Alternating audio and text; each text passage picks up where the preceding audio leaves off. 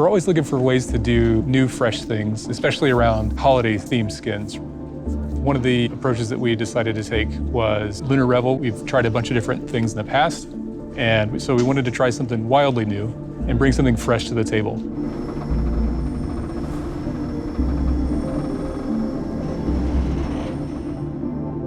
So Mecha Kingdoms is a new idea for us that we're exploring. It's a different way of looking at our League of Legends champions and presenting them as giant mechas that are protecting the world. For Mecha Kingdoms, we wanted to tap back into the fantasies of this kind of Asian-inspired mythology, drawing a lot from history, such as Three Kingdoms and Chinese history, but also incorporating this really cool futuristic sci-fi twist. So the story is that there are these three kingdoms and outer territories as well who fought to rule across the land. And suddenly, sort of these giant leviathans came up from the sea and they were invading humanity. Just with their sort of normal human armies, they weren't able to defeat these monsters. And so they were blessed by this technology that they're not exactly sure where it came from. And with this, they're able to construct really immense, huge, towering mechs. And so with all the kingdoms united, there's these mechs going into battle against these monsters.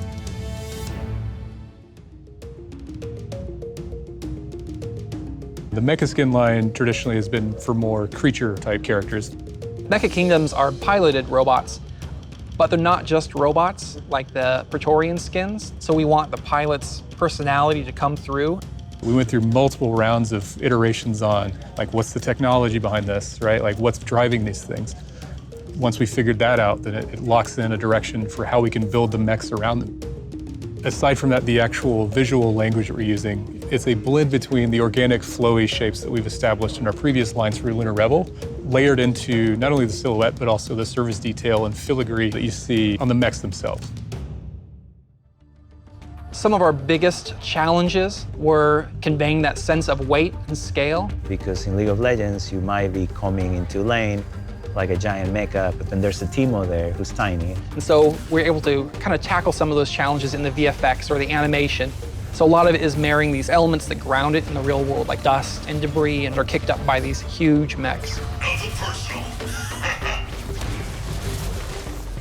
For Jax, we went into a lot more detail.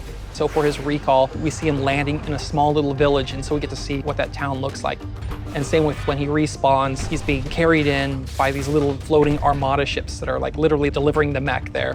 When he's running into battle, you got the ships flying with him as well. So all these tiny little details.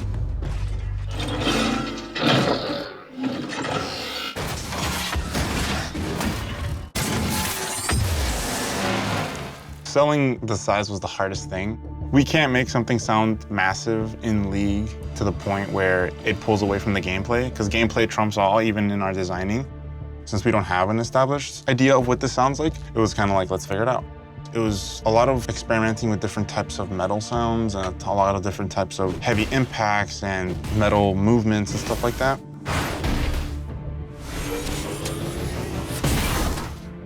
One of the things I wanted to introduce to Mecha Kingdoms is kind of like a magic influence. So when you toggle his ultimate,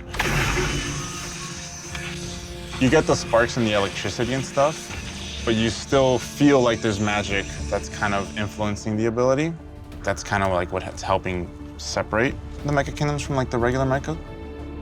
Because this is such an anachronistic but unique sort of universe, we wanted to see how we could make the mechs feel that they are empowering and fit that mech fantasy while making them feel like they were built in this period that was heavily inspired by East Asian mythology.